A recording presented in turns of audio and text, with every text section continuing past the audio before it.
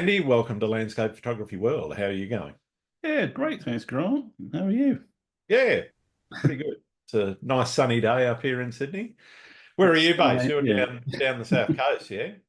very cloudy, overcast, blowy, and cool.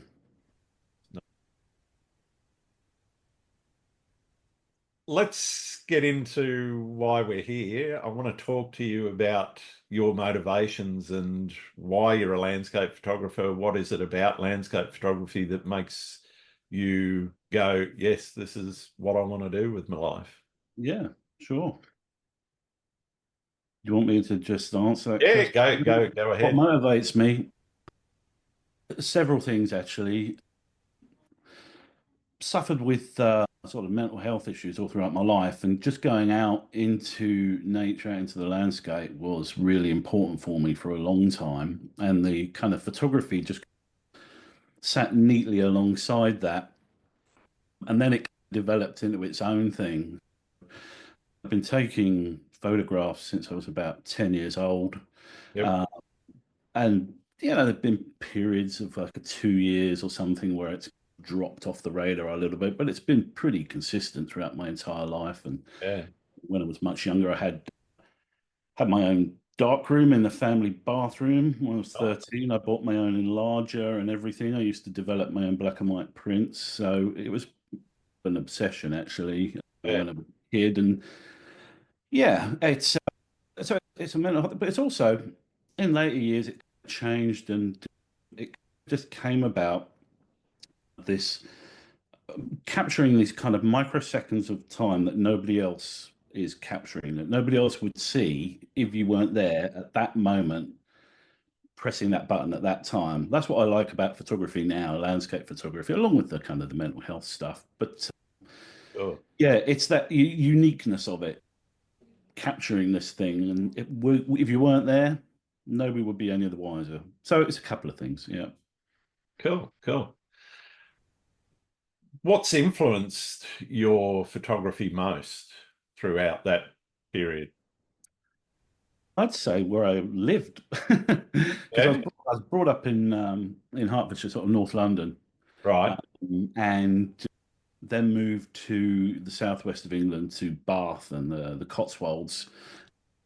As soon as I got my degree at college, I got a job with a publishing company in the southwest of the UK, Sure. and it was all about location. So when I was in the UK, sorry, in Hertfordshire, it was very kind of industrial and stuff like that.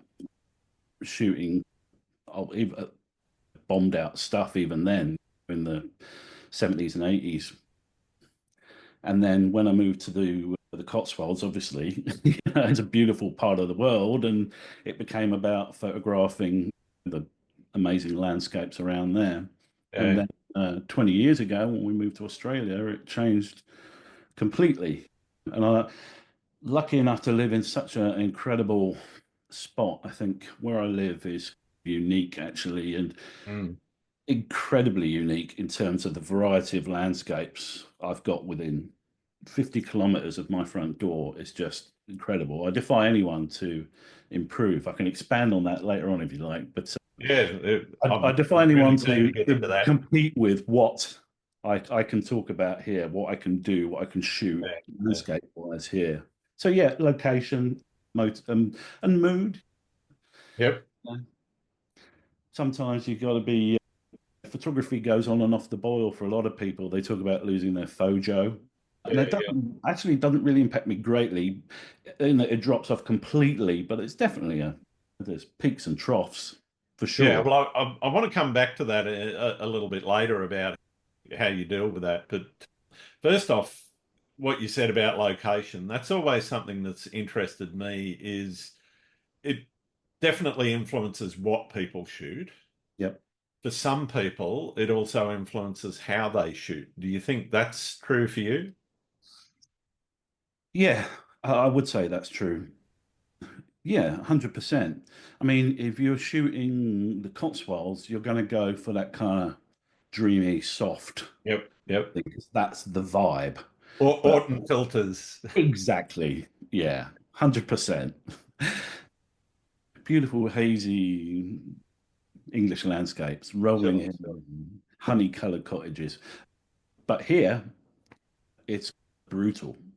It's Mm, way more dynamic, way more contrast. 100%. Yeah, totally changes. Yeah, yeah, absolutely. Yeah, and the thing with me, photography is when I stick a camera up to my eye, I've always got in the back of my mind, I'm like, what is the vibe I want somebody to experience when they see the photo? sure. And that guides what I'm photographing often more, excuse me, than the scene itself sometimes. What I mean, I don't stress too much about all the conventions of photography, the rule of thirds and all that kind of stuff. Um, Yep. I think, what is the mood? And if the mood means that I'm going to have the horizon in the bottom tenth of the frame, then so be it. Yeah. So I think that's what I think when I look through the viewfinder or back of the camera. Yeah. Okay. So one of the things you mentioned was the ups and downs. How do you stay inspired? How do you keep the creativity flowing? I don't think you can force it. I just think you've got to go with the flow. I think you Mm. just have to accept that there will be periods where you're super busy and you're going gangbusters and your Instagram feed or wherever you post is just full. And Yep. there are times where you don't want to get up at 6 in the morning to go to Yeah. phone. I know those times. It's just the way it is, and you just have to roll with it. I think the problem is when people fight against the trough, when Yeah. they try and they compensate for it with new gear or location or something else. As Mm. I say, just roll with it, accept it's going to happen. Yep. The dude abides. Yeah. That's right. Yeah. Um, do you have a process for setting creative challenges for yourself? Do you plan a lot of your shoots, or is it more, okay, I'm just feeling it, I'm going to go out and shoot what I see? I'm a complete anarchist. I don't plan anything. Cool. Okay. Absolutely nothing. Even when I mean, I'll qualify that slightly. Occasionally, I'll get wind of like as a supermoon, something like that. Yeah. I'm terrible at that kind of stuff. I'm the absolute polar opposite of the meticulous planning photographer. And when I'm out, I don't, it's all instinctive. I just shoot, shoot, shoot. What catches my eye? What is it? When I was looking that way, what caught my attention? That's what the way I work. And yeah, when I get even I don't even know if I think there's going to be some nice cloud. I think it's going to be a nice sunrise or a sunset. I don't even think too far ahead on that. Often when I get in the car, I don't know Yeah. Yeah. I'm going to go. But as I said, I'm happy, lucky enough to live in a place where there's a huge amount of possibilities in terms of location, a very short distance from where I live. And so I don't really have to. I think if I lived sort of back in North London or something, then I would probably be a different character. But I'm afforded the luxury of not having to plan too much here and still be in an amazing location. Yeah. Fair enough.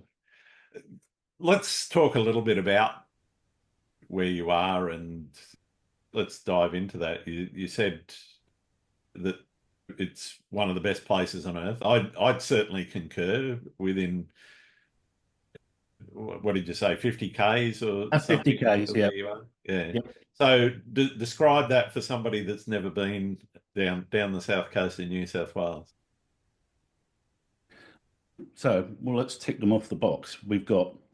So you got your white sand. Let's do coast first. So you've Sure, got sure. white sand, rock, yellowy, gritty sand. Okay. Take your pick of sand for a start. Yeah, Okay.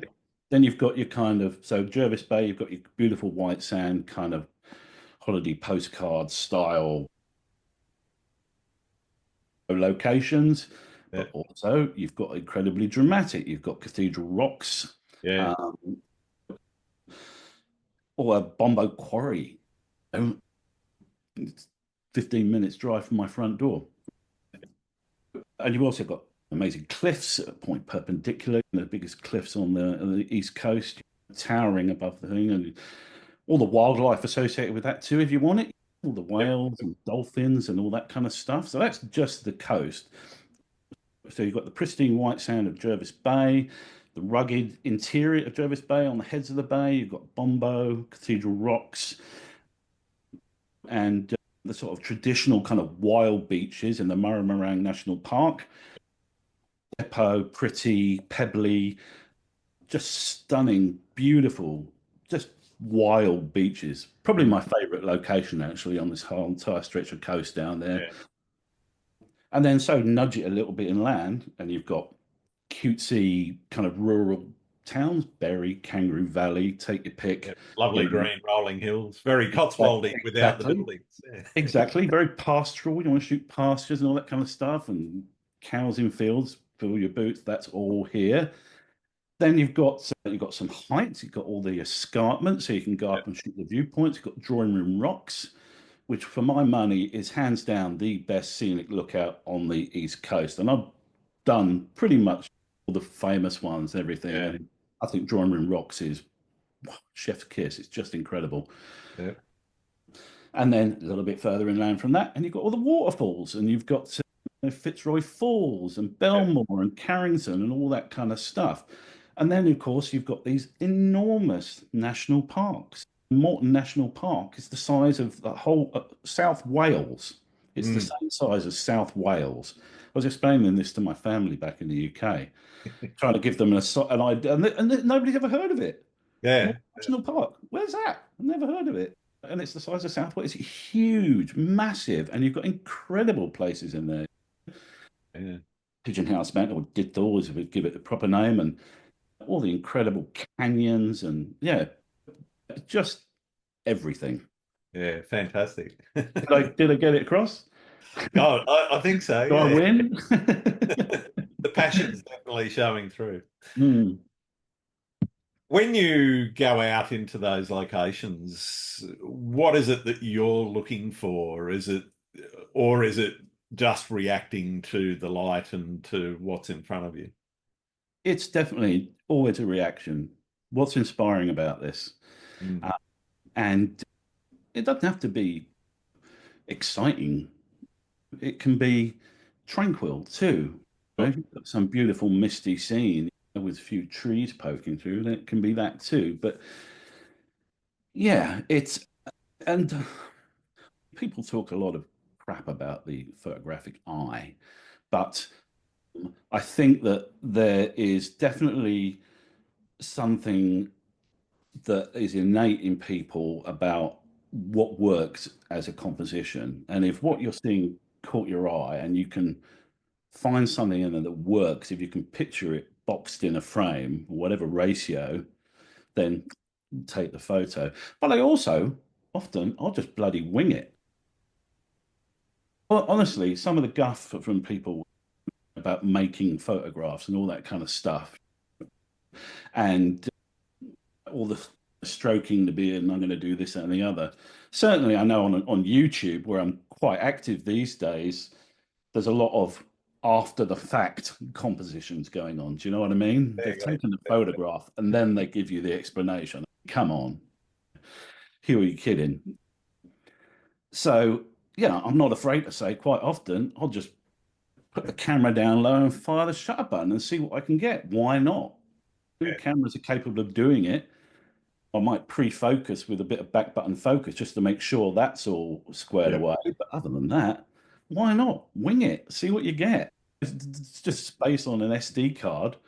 yeah. I started with film. I love it. I would never go wholly back to film, but No, yeah, I'm the same. I started in the film days, and the weight, because I didn't have the ability to have the dark room.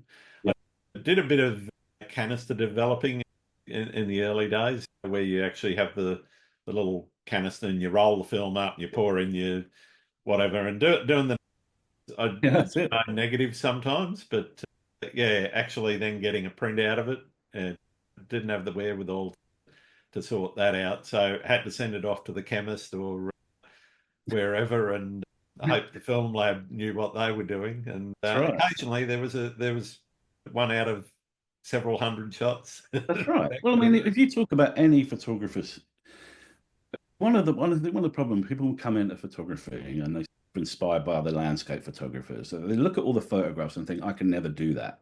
Yeah. Yeah. because the perception, due to social media and the world we live in, the way with the web and everything, Mm. is that they're just taking those photos, that those are the ones they're taking, and Yeah. that's it. Yeah. I don't see the 499 out of the 500 that were crap, or not crap, but not that Not good. good enough. Yeah. And that's one of the huge issues, I think, that people go in and expect this level of perfection. Oftentimes, it's, I absolutely hate the saying right place, right time, because it completely demeans a photographer's experience up to that point to take the Yeah. photograph. You know what I mean? Yep. And obviously, also the planning that might have gone into getting a shot as well for people other than me. But sometimes there is that quixotic, that spark that just happens. It does just happen. There's a spark. There's a moment. My favorite photograph of all time was that. It was a spark. Probably not something I'll ever see or photograph ever again, but I was really glad I was there and had that shot and it was right and it was sharp. Yeah. Yeah. Yeah. One of the things I've noticed is and this goes back a little bit to some of the planning versus reacting and so forth, is the trends that you start to see in social media. And personally, I actually try not. So the comet, whatever the name is, Yeah. then or whatever, I haven't shot it, haven't tried. Uh, uh, there's plenty of other better astrophotographers out there that have made some amazing shots, and I'm enjoying watching them, but I've just got no interest in hitting those up. Yeah. What are those sorts of things in your sort of sphere of Trends. yeah? Yeah. I'm not a fan of trends. I kind of thought you might not be. No, I just, no, I'm the antithesis of that absolute polar opposite of it. I think that's typified that, what you're talking about, by these themed Instagram feeds where they, it's almost like robotic. I'm not Yeah, saying they're AI, but it could just have been generated by something camera on a cart that went there and applied a preset to it. You yeah, know, so you have these perfectly manicured. I like the ones where every bloody photo is different. You know, where there's a landscape, a sunset, and a daytime, and a forest, and everything, and it's all sure, sure. nice and different. I just hate those perfectly manicured, curated feeds that all the bloody YouTubers were on us about doing. Oh, this is how to get your Instagram feed watched. Well, who gives a shit? You Yeah. know, what's the end point of bloody Instagram anyway? What are you hoping to get out of it? What is the purpose of it? Some meaningless dude in Idaho gave you a love heart on your photograph. Oh, happy days. My day's complete. I can go forth Well, into the world. for some, it is advertising revenue eventually. If you Yeah, get yes. those aspirational heights of 10,000, 20,000, 100,000 Yeah, followers. the shilling digital watches and Yeah, that's right. smoothies. Yeah, yeah. No, I don't aspire to that at all. But Mind you, I wouldn't mind being a hotel and resort influencer occasionally. yeah, I don't know about that. I know a few of those guys, and Yeah, that same here. I couldn't do it. doesn't appeal to me. Geez, not at all. That's one of those things. I think it's a bit like being an air steward or something like that. That if you go before you go into it, you might think it's but you know, Yeah. they, It's like photography. Everyone goes into photography with that theory or the mindset that, oh, I'm just going to wander around the world daintily and find beautiful compositions and push the button and that's everything, it. Yeah, everything. but no trends. I'm definitely not a fan. The whole like the orange and teal look. Just oh, no, no, I'm not So into if that. someone asks you, and I am, how would you describe your style? No, I don't. I think I have five actually main stars. Okay. Don't ask me a name on the top of my head, but I can picture my Lightroom catalog and imagine them. But I would just say with mine, there isn't. It's just a vibe. The honesty. I win if when someone looks at it, there's a mood that comes through. That's it. Yeah, yeah, But I'm so incredibly lucky to live where I do, and I also want to share that. So there's quite a lot of that. That kind of evolved into a bit of work for tourism agencies and stuff like that through the sure, photography. sure. Because I don't know if you guessed yet, but I'm autistic and I get quite focused in on certain things and Yeah, yeah, processes. And that's certainly when I first moved here, I went through a period where there probably isn't a location within, I'd say, 150 Ks of here that I haven't photographed, not a single one. You yeah, know, I'm not saying every tiny inch of foot, sure. all of those spots, all of the beaches, all the lookouts, all the towns, all the villages, and a lot of places in between that I discovered myself because I Yeah, get quite obsessive about it, which is helpful sometimes and not in others. yeah. I've got to admit to a bit of an obsession with photography. I wouldn't have started a podcast about it, and I wouldn't be going out and doing it as often as I do if it wasn't an obsession. So Yeah, there's definitely worse obsessions out there. 100%. Yeah. Yeah. What's the worst outcome of this? You spend a bit of money on equipment and you get some nice photos for the wall. That's I'm not it. saying these are, this is my son's bedroom, but yeah, a lot of that is think for myself, would I like this on my wall? Yeah. In terms of trying to communicate, you said you want to share where you live and you want or the area around there, and you want to communicate a feeling. Yeah. How successful do you think you've been, first off? But what is that feeling that you are trying to communicate? Is it the feeling of the moment, or is it the feeling of the place? I would say it was 100% place. Hmm. Yeah. I think moment is more the influences kind of thing. Yeah, right. Trying to tap into some so that somebody can key into that sort of young lady in one of those hats on a beach with a shawl over her shoulder and a pristine picnic, you Sure. know, uh, Or the red jacket in a mountainous landscape. Yeah. all that. Yeah. But no, for me, it's definitely place. 100%. Yeah. Yeah. And I've got a pretty encyclopedic knowledge now of down here, and I can tell like instantly. I love it when people try and play coy with where they photograph stuff because I know I can spot them instantly. Yeah. I did a gig a few years ago for Shoalhaven Council. They were doing this promotion called the 100 Beach Challenge, Yep. and I was in the very fortunate position of being asked to do the photography for all of that. So I photographed. There's Nice. actually 107 beaches in the Shoalhaven, but seven of them are pretty shitty. They're like a car park. On the northern side of Ulladulla Harbour, there's a beach Yeah. which, but I did them all, so that they had them for their archives and stuff. Yep. But and that was a really interesting project because think about this. Yeah, so I've got to find a way of photographing these so that somebody can look at them and go, "Oh yes, that is." I've got to make it as easy as possible for the person that Yeah. sees that photograph. Oh yeah, oh that's Murray's Beach, and that's Himes, that's Honeymoon, and it's not easy sometimes. There's quite a bit of similarity between these beaches, and you have to find a unique way of photographing. But my photography was all about that. It was definitely all about place. Yeah. Yeah. Yeah, for Yeah. There's sure. not a massive amount of difference, say, between Vincentia and Husky Beach. No, not much. No, no. Certainly a bit more on price, but Oh, definitely. Definitely. And a little bit more in terms of how many people are on the beach at certain times of the year too. yeah, that's it. And I'm an incredibly antisocial photographer who I will if I not just to the public, to other photographers as well.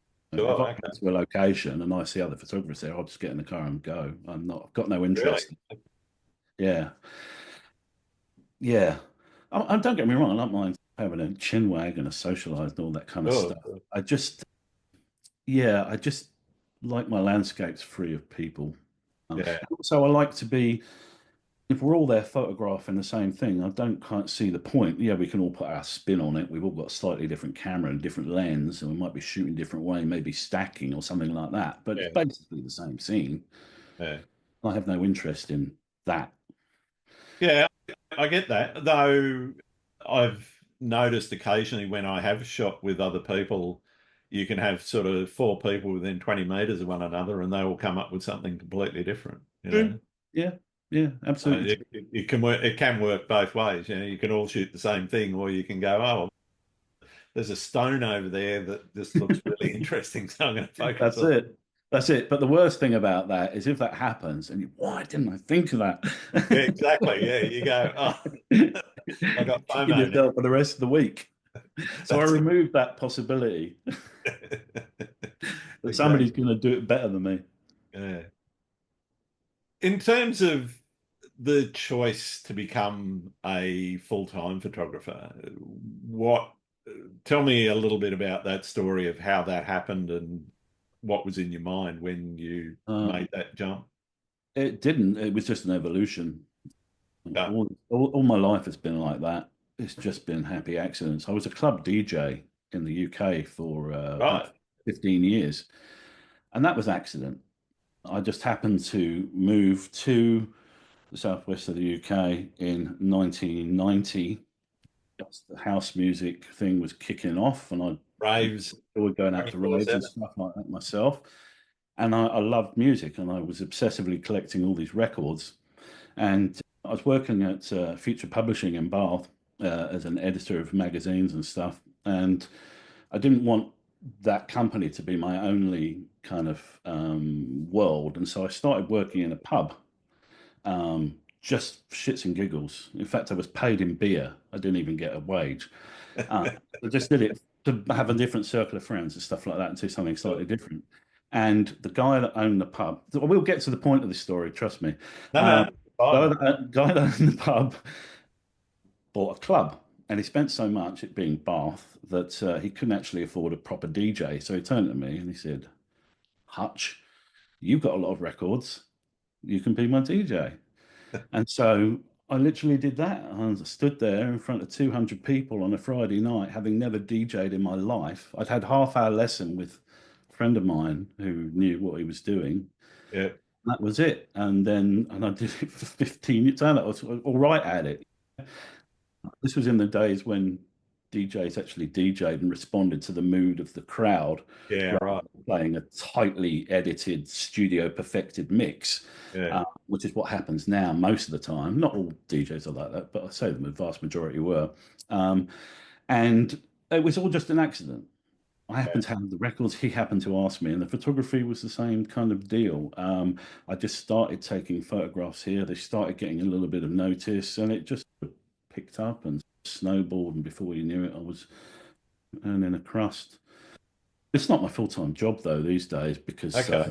there's no, there's not enough money in it. And I took my foot off the pedal with the print sales because I just found it was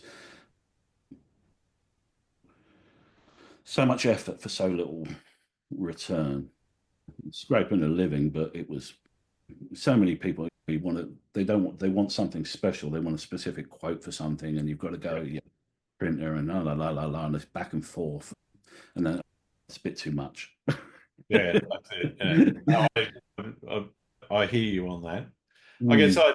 I want to delve into that a little bit. What's the one thing that you've learnt from running your business that you could share with somebody that wants to get into photography full time? It's that you can't earn money from one thing. You're not going to earn money selling prints. You're just not.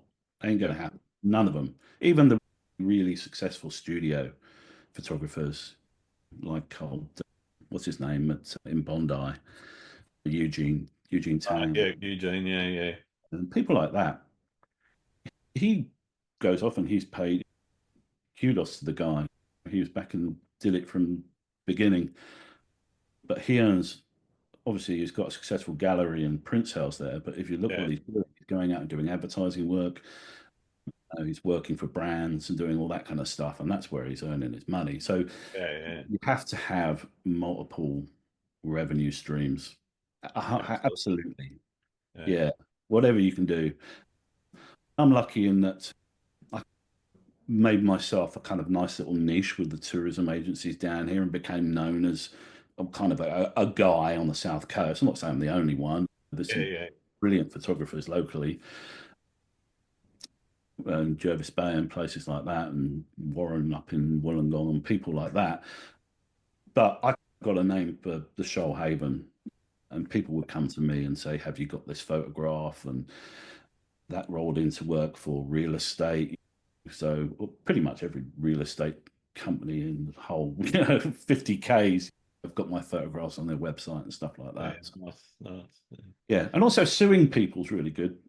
Okay, yeah, Yeah, sign up for Pixie, and yeah, yeah, yeah, that's yeah. Find amazing. find all the people are pinching your images. Yeah, Yeah, and it's a pretty seamless process.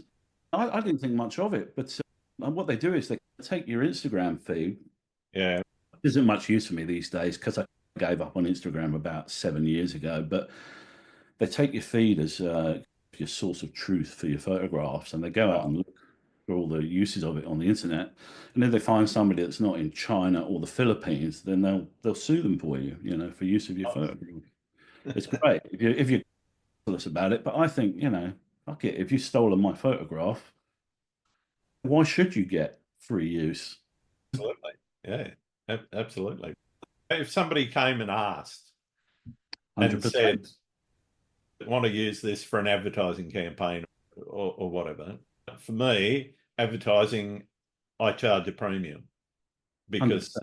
you're going to be you're trying to make money out of it, and you Yep. use my stuff for that. So therefore, And you're gonna pay for that privilege. I did some shots of the bioluminescence in Jervis Bay. I was one of the first, I think it was probably the first photographer actually down that photograph. There was like three of us. I know now it's this massive thing and there's Facebook groups and all everything, but it was three of us. And we photographed them. And I was in the Daily Mail, National Geographic, and stuff like that. And ditto the other guys, Joe Paquette and Marie, I forget her surname, both in Jervis Bay. And those photographs are just everywhere. They're Yeah, like a virus, those shots I took of the bio. And I think I made about 8,500 US in Pixie suing people who use them in travel brochures and stuff like that. Quite big companies. yeah, It's yeah, surprising. And you don't have to do much. You just say that you just tell them. And once they've, because also, fortunately for me, I went through a period where I was uploading a lot of that stuff to Flickr. And yeah, Flickr is brilliant for that. They also use that as a source of truth. And so all the date stamps or everything are on there. So you can yeah, prove of ownership and age and all that kind of stuff. And it's all just taken care of for you. yeah. Nice. But yeah, I might have to look into it. I've never really bothered about it because I don't you'd know be if that amazed. has pinched them, but probably somewhere someone has done it. It's quite a high failure rate. A lot of the time they'll try and sue someone and get Yeah. nowhere, but it's not on your dollar. You only No, pay, that's it. They do all the and they work. take their cut separately. Yeah, So there's an right. agreed price for the use of your copyrighted photograph, Yeah, and you just get the money, and then the lawyers get their cut. So I would say probably about 1 in 50, 1 in 100, maybe. I can't remember. I could look it up, but yeah. when sometimes comes through really nicely. Like an American university used one of mine in their brochure, and I got something like Wow. Yeah, $3,500 US yeah, just for that one thing. And it would have been a lot more because they were going to put it online, which kind of greatly increases yep, the value to me. But it was just in a print brochure, so it was quite a finite amount. yeah. Uh, Nice. Pixie for the win. Nice little earner then. It's surprising. Yeah. If you've been doing this for a while and uploading your photographs for a while, you'd be amazed. Don't, everyone knows how far your photographs are. Oh yeah, yeah, And the funny thing was that I was sanguine about it. I accepted that was the nature of uploading to the internet. That yeah. once Well, it's that's on, exactly it. and that probably about 7 or 8 years ago, that was the point at which I stopped putting watermarks on my photographs because it just blemishes them. It Yeah, has no purpose. It's so ridiculously easy to remove, but you're not protecting it anyway. And it definitely. was all part and parcel of that. So I honestly do. I accept when I upload it, it's out into the world. But if some stupid American university wants to illegally use my photograph, then I'll Fair come enough. here.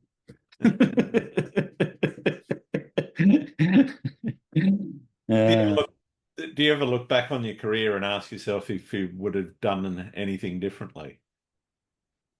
no, because as I say, it all just evolved.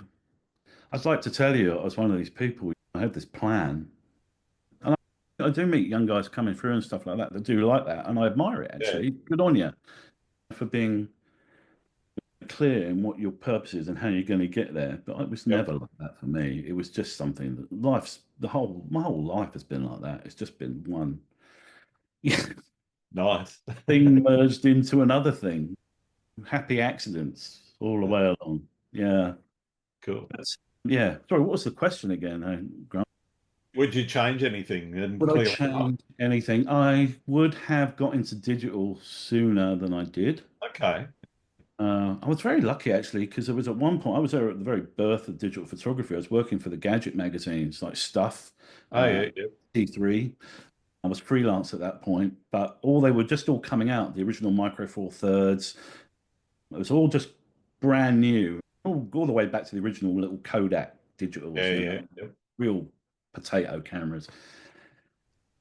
And I knew that it was going to be big, but I think I probably would have embraced it a lot more in hindsight had I known just how stratospheric it was going to become. Yeah. Yeah, Bought Sony shares earlier. yeah, 100%. Yeah, I'm I'm pretty good at. I remember I was one of the very first. I think I wrote the first internet column in the UK in a magazine called ST Format. It, pre-internet was when bulletin boards were a thing. I'd been using the internet because I did happy accidents again. I ended up doing 3 different degrees to various stages, dropping in and Yeah. out of college. But the first one I did was computer science. Yeah, I know, right? And that was so I was on the internet then when it was just a thing called Janet, the Joint Academic Network. So it Yeah. was Right. just all the colleges and the military and the government all hooked up by fiber across the Atlantic and stuff like that. And even at that stage, I was playing like multi dungeon games with people in Philadelphia and things like that. And I knew that this was the future without a shadow of a doubt. It just blew me away, the possibilities of it. And so when I got a job in magazine publishing, I went to the editor and I said, "Got to be on this." And so I literally one of the probably the first column in a magazine about sort of internet and stuff like that, and the very first pre-internet services that came on, like Prestel in the UK and Yep. CompuServe eventually when it arrived, and MSN. My username on Microsoft is Hutch. My Hotmail is Hutch Wow. because I was literally one of the first 5 people on that thing, and I could just pick it. So lucky to be in on the early days, and that's the same with the photography. Yeah, I would have definitely gone. This is going to be something. Yeah, definitely. Have you got a favorite spot that just keeps calling you back? Yeah, yeah, I did a video about it actually. Okay. Excuse me, I don't want to pimp my YouTube channel, but I did a Why video not? Go ahead. exactly. I did a video on that exact subject that was called "Why I've Taken 15,000 Photographs in One Spot."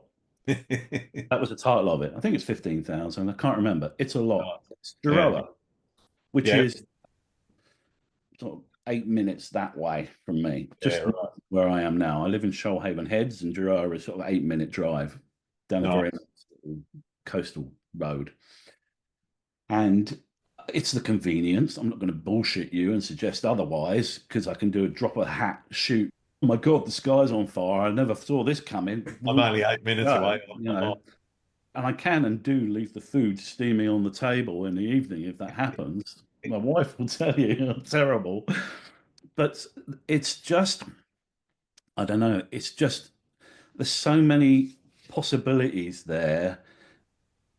And I just keep, I don't know, it's just something about it. I keep returning to it, how it changes through the seasons in the summer, busy with families because it's such an incredible place for kids to play and be kids on the beach and enjoy that. So there's heaps of people for that 6 week summer period. And then there's days when it's literally me. But you could look in, not 5Ks because there's some houses not far behind you there, but Yeah, if you yeah, look at the beach, there isn't a single soul on that beach, nowhere. And it's just me. And that's, I love those moments when it's just you and that and your yeah, camera. Yeah. And yeah, and it's a great discipline finding new ways of photographing stuff yeah, in one spot. What can I do differently? How can I shoot this? What can I do with the light, with the foreground interest? Is there any wildlife to photograph? What's the surf doing? Are there people here? There's all these questions you can ask yourself. And it yeah. is honestly a great discipline. I told people in my little video I did, I said, don't beat yourself up about it. You No, know, if that's your spot and that's all you can do because you're working some shit awful office job and you come home and you just want to go out for half an hour with your camera, then just bloody do it. Don't worry about it. You that's it. Yeah. can't be in Hawaii, photographing volcanoes and stuff like that. Just work with what you got. And So it's also one of the things I really like about the coast is that you can go to the same beach and okay, you might in certain periods the weather might not change a lot, but the weather's usually going to be different each time you go. The weather's going to shape the sand differently. The rocks are going to be covered or not covered with sand or moss or whatever. And there's places that you can go that every time you go, if you don't go every day, and if you do, that's great too. But mm, if you don't go every day, it's going to be different every time you hit it. 100%. Yeah. And sometimes it's just shit. Yeah, And that's right. and you get shitty photographs. But at the end of the day, you've been out on the beach for half That's an hour. right. The What's cobwebs have matter? been blown away. So who gives a shit? I hang on to all those shitty photographs as well. Oh, same.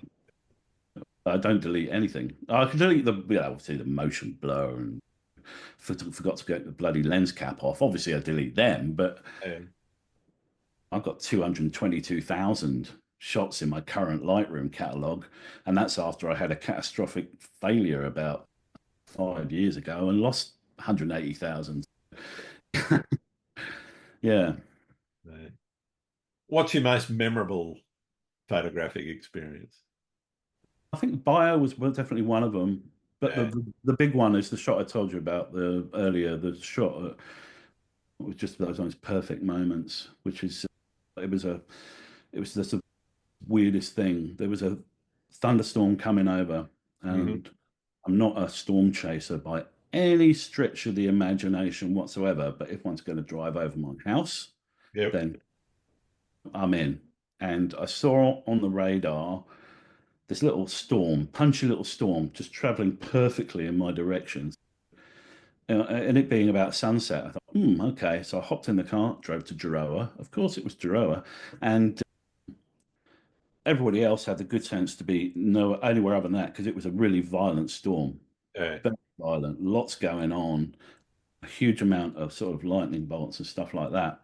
I didn't have a lightning thing for my camera or anything like that. My technique for photographing thunderstorms was to leave the sensor open as long as possible. Yeah. Use Give a it very 30 high seconds to catch. aperture and just keep on the old exposures rolling along. And that was how I was doing it. I had a 50mm lens on there. I was shooting on my Canon 7D2 at that time with the cheap 50mm, not the good 50mm, the cheap one, that Yeah. plasticky Canon 50, which incidentally, is Nifty that the best 50 value quality lens on the planet or what? How good's that little 50? Oh, Uh, absolutely. just stunning. And there was nobody. Horrible weather, it was just me. And what happened was the sun was setting as the storm was coming up, and there was just the most unearthly orange glow. It's a sort of photograph that everyone think you're bullshitting, that you've Yeah, made it up, that it didn't look like that. But I did nothing to the photographs in post, nothing whatsoever, white balance or anything like that. It was all just yeah, got this one shot where I got 4 or 5 bolts in one shot, including a massive one, which yeah, hit the ground about 3 or 4 kilometers south of where I was. And I got the shot, and it's just this perfect shot. I called it Thor's hammer, and it's been my most successful print by some margin that people have bought it. And funny little follow up to that story was when I put it on social media and it went gangbusters, really went kind of viral. The head of the fire service here in Shoalhaven Heads messaged me and he said, Andy, was that such and such? And I said, yeah. He said, I think we put out a fire okay. where your lightning bolt was. And so I said, have you got any photos? So yeah, so he had photos and we married them up. And I did indeed photograph the lightning bolt that started a bushfire that he then Wow. attended. Not a big bushfire, fortunately, but yeah. Yeah, And that was such a weird little thing that there it was. Yeah. Yeah. awesome. What about horror stories? Anything dramatic, How long you got? as long as you want to I take? have. I said I was autistic. I also have ADHD, which means that I have no fear of stuff. Stupidly, Fair enough. no idea of consequence. Let's put it that way. Because Okay. I'm always doing stupid things. Drive my wife's life's been shortened by 10 years worrying about the stupid shit I get up to. But yeah, probably the closest worst one. I was shooting at Bombo, massive, biggest swell I've ever seen there. Insane, 100 fucking feet up, waves breaking. By the time they hit the thing, the spray was just so Yeah. huge.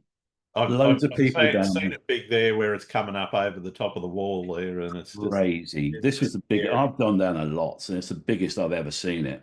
So, I was loving it. I was shooting. I just got my second XT4. The first XT4 I dropped in the river with no lens on it, and it was switched on. I'll tell you about that in a second if you like. But this was the second XT4, which I've not had long, and I nipped around to the sort of southern edge where you look back on one of the main gullies there, Yep. and I thought, oh, there's nobody down in that little bit. I can get Good some reason. shots. Um, so I wandered down there and, excuse me, I think I'm going to burp in a second. Nope, it's gone. And sat on my tripod, and I've obviously watched for a little bit to watch the waves and everything, and it looked okay. And then this monster wave came in and actually broke over the top of the rocks there, which Yeah, are, I don't know, 20, 30 meters or something. It's yeah, just yeah. mental. It came out. I was literally underwater. I was Wow. absolutely everything. And I was on slippery rocks. And I came this close to being just flushed into that water. And that would have been game over. Yeah, 100% game over. But somehow I wasn't. The camera and lens were complete write off because I wasn't. The camera's weatherproofed, but it's not.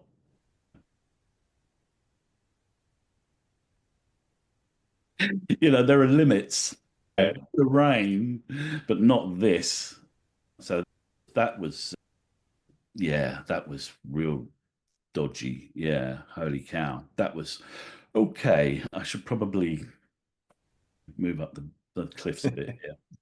But I was just going to tell you so the first XT4 I got, I was doing a lens swap in the mangroves down on the river.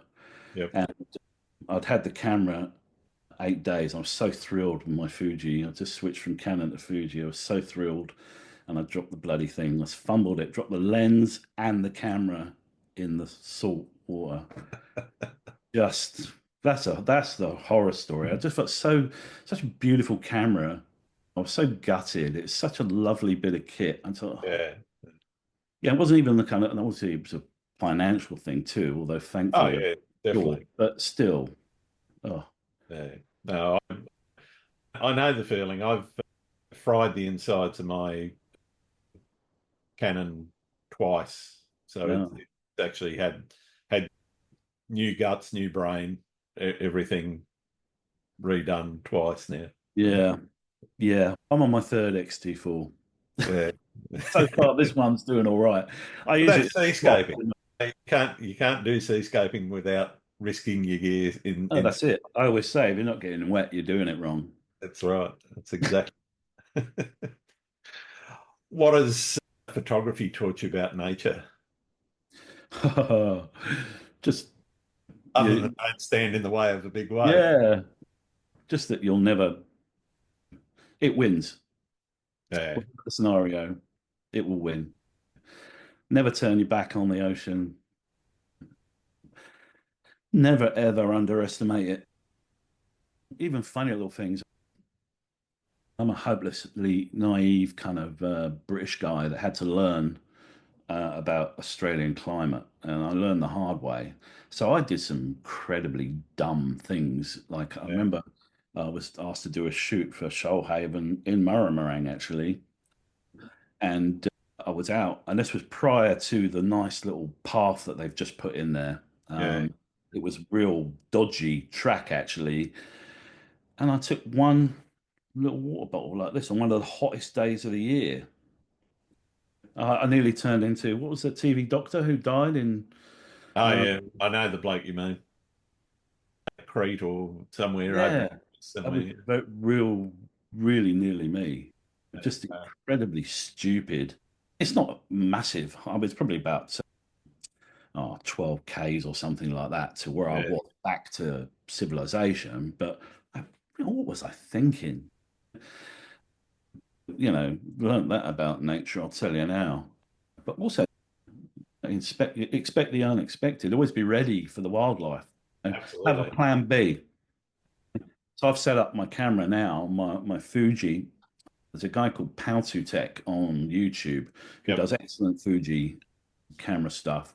And he explained how to set up your camera so that you can do the back button, but with a quick flick, you're in auto tracking for the focus and stuff like Yeah, that. right, right. The main shutter button is literally just the main dial on the front of the camera, which is incredibly useful. Saved me so many times because a wedge-tail seagull will be tracking over and you're like quickly Yeah, go from landscape eagle and get the shot. So be prepared for that moment because you'll kick yourself. You'll yeah, work out your methodology for it.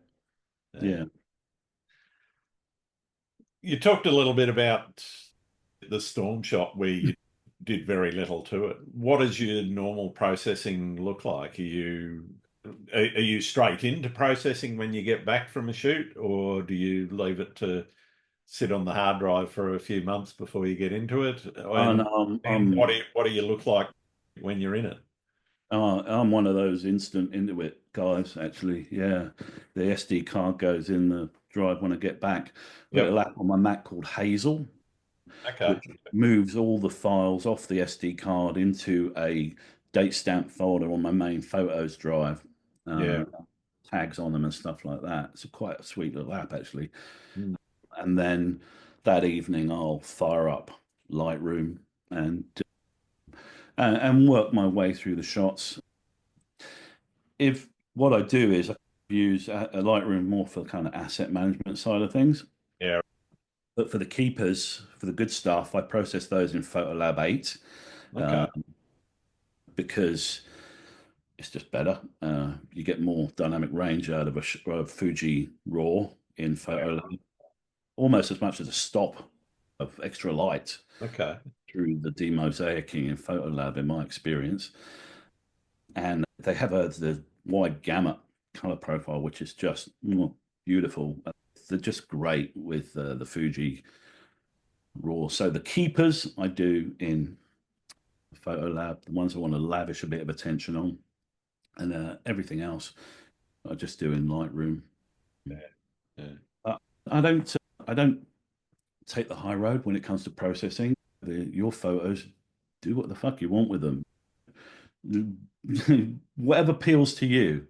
Nobody Yep. can tell you. If you want to stick a bloody rainbow in there, then go for it. They're your shots. Don't care about what anyone says to you about how photos should or shouldn't be.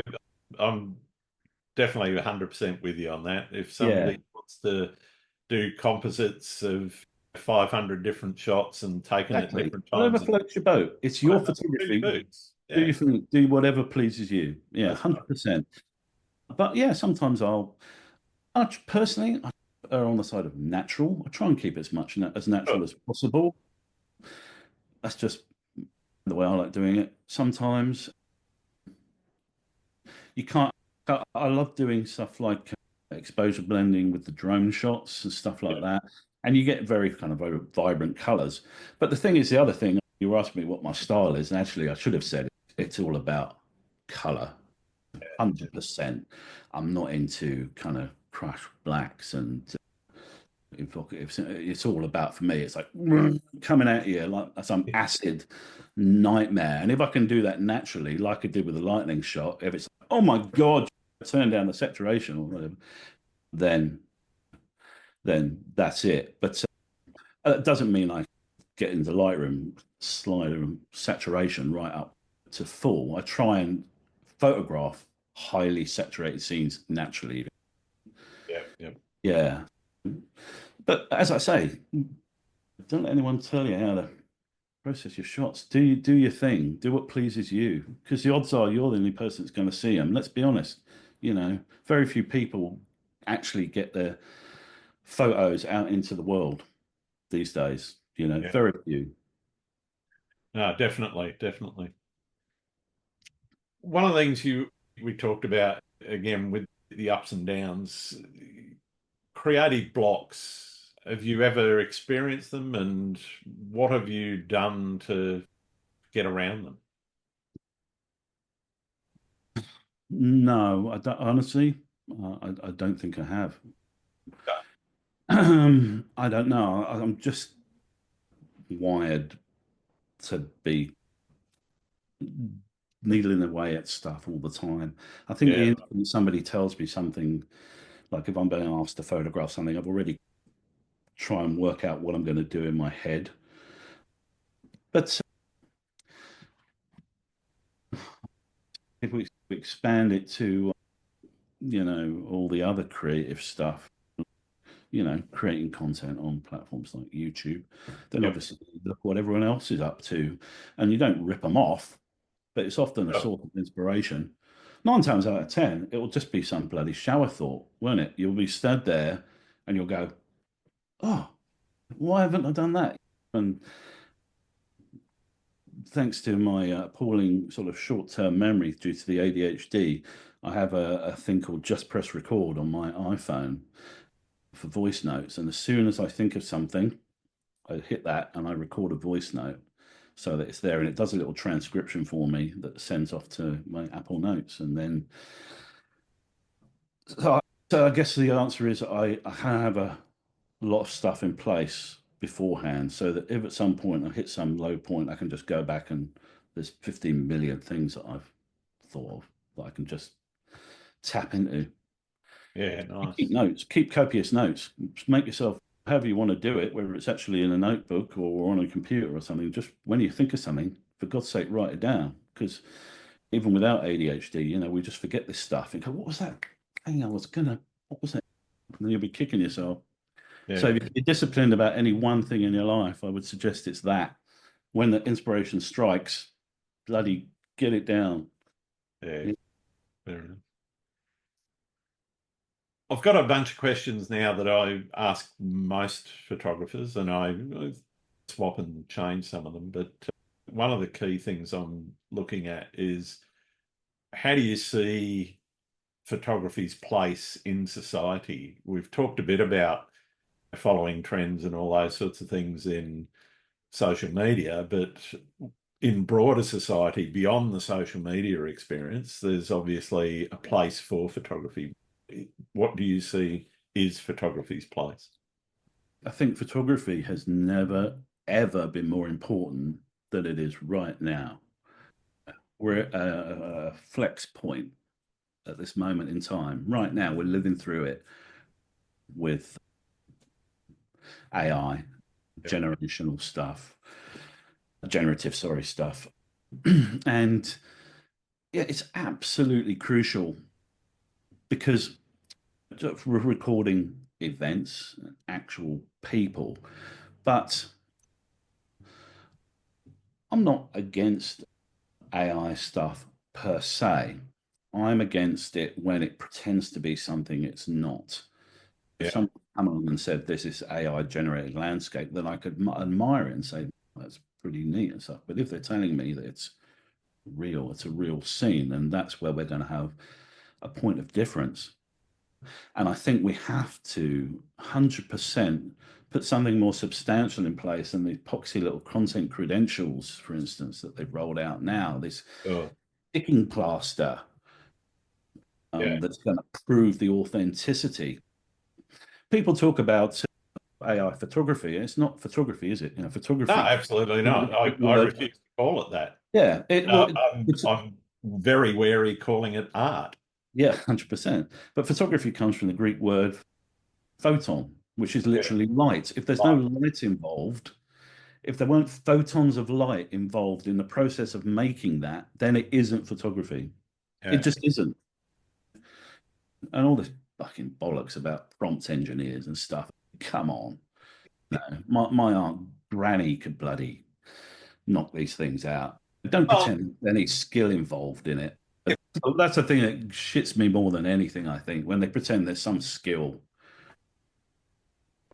you can leave it a blank prompt and it'll generate Exactly. whatever it wants. Exactly. Now, believe me, I'm a geek, right?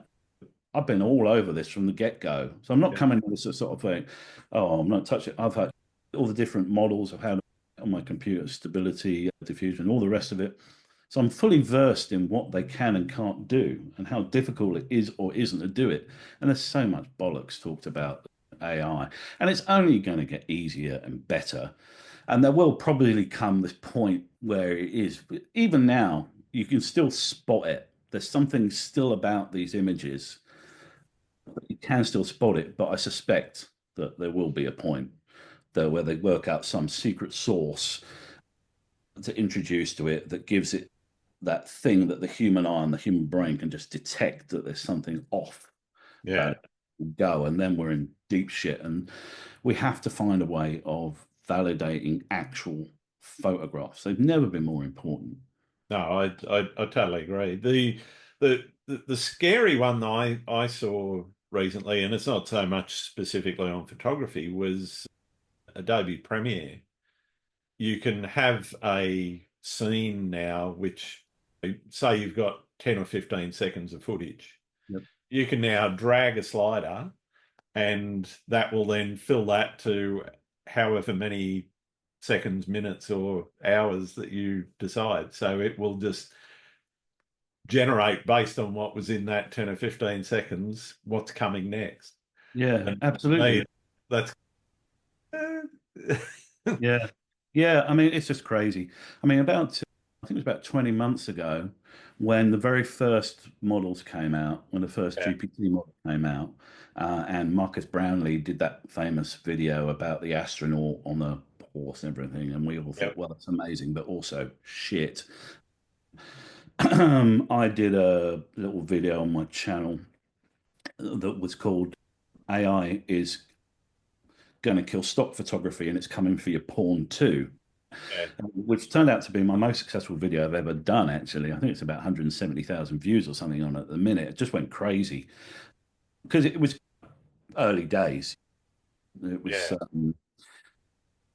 and honestly, kind of stock photography had died on its ass a long time before that, to be honest. But I think what I said in that video, and it's 100% come to be true, is that whatever vestiges of that industry were clinging on by their fingernails, it was going to decimate. It's just gone. Yeah. Uh, yeah, don't get me started on stock photography, though, for God's sakes. Yeah, Fair jeez. enough. Fair enough. Yeah. What do you see as the biggest challenge facing photographers right now? Is it that issue of authenticity? Yeah, yeah, I'd say that was a big thing.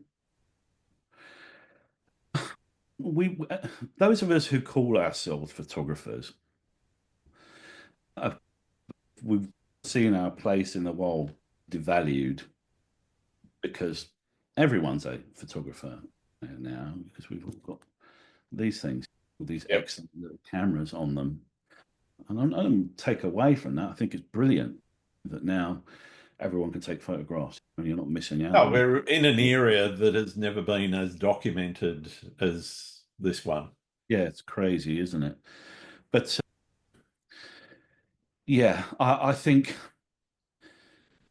it's just, it's almost self-flagellation being a photographer in this era, isn't it? It's you're just like the salmon swimming up the river waiting for the bear to be there to snap you. It's just to bang your head against the wall for a process. Nobody really cares. Yeah. And we're just happy, really, within our own little circle. Photographers know photographers and understand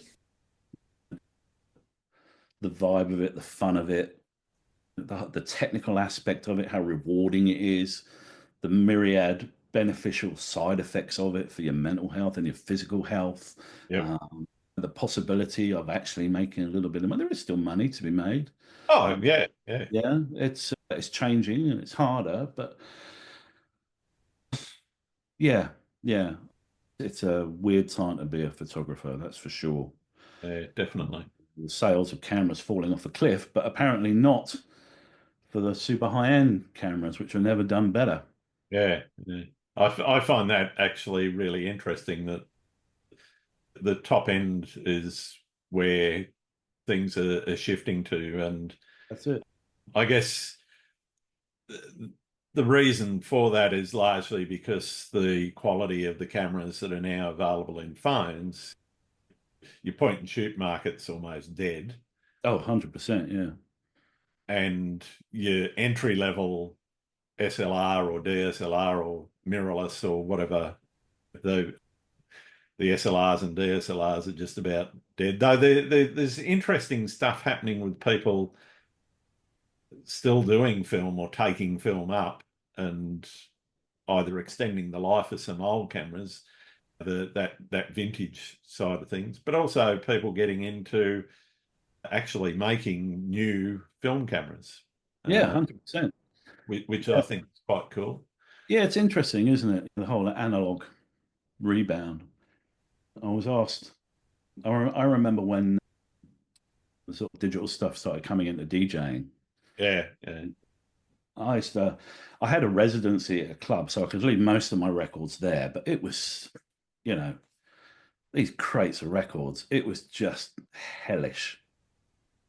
And so as soon as the CDJs came in, I was all over it, and MP3s and all that kind of stuff. And I remember talking to someone, would you give a no? Anyone who'd ever carried a crate of records through an airport yeah, would never go back to that. They just wouldn't. I've yeah. still got scars on my bloody hands from those record boxes. And I used to say the same thing about photography, that having come from that world and understanding the hassles of it, that I would never go back to it. But I've actually had a bit of a change of heart relatively recently about that. Mm. There's a company down here, I'll give them a plug actually, called, oh, I can't remember the name of them, Shutterstop. Oh, Uh, yeah, yeah, Katie Rivers and Andy Zakelli are the people who are running this darkroom, mobile darkroom down yeah. here. I went along to their sort of first day, getting into the groove sort of day for them. And it was really good fun actually. And they set you up with a camera and a roll of film, and you go Nice. and just take some photographs, and you go into the dark room and you get the negatives developed, and you pick a couple out and you do some prints, everything. And I was thinking, oh, actually, this is quite an enjoyable thing. And my father passed away in February this year, and one of the items in his belongings was an old 35mm camera, and I was thinking, okay, maybe get some film and do it. So that's one of my little projects on the back burner. As soon as Yeah. the house is being renovated in the minute, we're all a bit in chaos. But as soon as that's all sorted, which will be fairly soon, I'm going to definitely get into it. But it's interesting that Gen Z, and that's my son, how they're into this stuff, the old analog stuff, how Yeah, interesting they find it because they've never known a world where you can pause live TV and all that kind of stuff. They that's just it. Yeah. doesn't exist for them, and it's so interesting to them. I have a lot of time for Gen Z. I like them a lot. I think I've got high hopes for this generation coming through. I think they're brilliant. Same here, same here. If you weren't a photographer, what would you be? I don't know. Oh, homeless. I don't know. I don't answer. Maybe a writer. Yeah, Okay. yeah. I've got about 45, one third written books on the hard drive, and maybe I would have actually finished one of them and done that. And writing was the first good at. I did it professionally for a long time. I was a journalist, magazine journalist for about 20 years. I like the written word. One of the things I do with my channel is I'm not very good at the kind of off the cuff videos. I tend Sure. to run on quite a lot and it just doesn't come across very well. Um, so I started scripting them quite early on and reading them off a teleprompter. Yep. And it's certainly been hugely beneficial, my sort of background with the writing for doing Yeah. that. Um, yeah, occasionally I'll try and wing it. And even then I just think, no, stick to the script, mate. Fair enough. Fair enough. What's the best and or worst piece of advice anyone's ever given you? Blimey. I don't know. I don't want to. I don't. I guess it was like the whole like you can't take a shot until you've thought it through. I guess that you have to go through this kind of compositional process before you can click the shutter button. Yeah. And I did do that for quite a long time. I would sit there and think deep thoughts about things, and it just held me back. So I think that was probably the worst bit of advice. And also, we're all gear tragics as well, and there's a lot of gear envy that goes on, and the grass is never greener. You know, No. it just isn't. And people, we think switching, change things. It's not, because it's still the same Well, human the behind the best gear camera. won't necessarily make you the best photographer. No, no. But having said that, going to Fujifilm was certainly the best decision I've ever made in terms of Fair equipment enough. in life by a mile. Really wish I'd done it sooner. But Yeah. yeah, having just destroyed my own argument. But yeah, just there's a lot of gear envy. I remember looking when I first got, so the first proper DSLR I got was an old 550D. Yep. And I just had the kind of the kit lens on it, and I just remember being very jealous of the red band. I wanted a red Yeah. band Yeah. lens. Oh my God, he's got a red band lens. He must be great. No, some of the best shots I ever took were on that 550D with a kit lens. Yeah. Yeah. You know, I had I don't know if you remember I think it was the 10 to 17 or 10 to 18. I'm not sure. Zoom. yep, Some of my favorite shots from that era were shot on that thing, and it wasn't the cheapest lens in the world, but it also wasn't the most expensive. But as I say, the clarity that I could get out of it and the quality of the image was good enough. And yeah. It's kit lenses come in for a lot of shit, don't they? so, well, yeah, everyone said, "Oh, it's just a kit lens shot," or Yeah, even people saying, "Oh, it's just a phone shot." No, it's a well composed, yeah, contrasted, or whatever Yeah, well edited the old shot. gear cringe. Yeah, it was Yeah. only taken on, so it doesn't matter. You No, know, that's right. yeah, I mean that shot I was telling you about with the lightning that was on that As long as you're not shooting hundred dollar fifty photo, mil you're in. doing okay. Best shot I've ever taken, $100 50 mil. Yeah, that's it. It was just it was a good shot, right time, and it was just nailed it. Yeah, yeah. I don't know. Bad advice, blimey. I just one of all compositional stuff. I think maybe there's a tiny bit of merit when you're first starting out with the rule of thirds and stuff, but people just religiously stick to this. And you look at it and you think, yeah, you got that on that and the Yeah, horizon. don't put your horizon dead in the middle. Why Yeah, not? all that. No, just maybe there's some value in these kind of these rules and stuff like that, but honestly, just feel your way, just experiment. You know, Yeah, you've got this amazing experimental device in your hands and do whatever you want. So why be constrained by some 40, 50, 60-year-old advice? I think I looked it up quite recently. It's actually really old advice, the rule of thirds, isn't it? oh, I absolutely. can't Yeah, remember. It's a long, like 100 years ago, maybe, about that rule. I'm like, oh, can we just get over it? definitely. Yeah. We need to start wrapping up and finishing up. Otherwise, we'll keep talking for a little while longer. Are there any photographers out there you think I should be getting on the podcast? I don't know. I looked him up actually, and it was just one of the locals. What's his name in Jervis Bay? Jordan, who Okay. Yep. popped into my mind. There's a guy who takes amazing astro. What's his name? Cresswell. Um, Aaron Cresswell, is it? Something like that. Can't remember. I've been following him for donkey's years, and he's just Yeah, the best. I think he's the best astro in Australia, actually.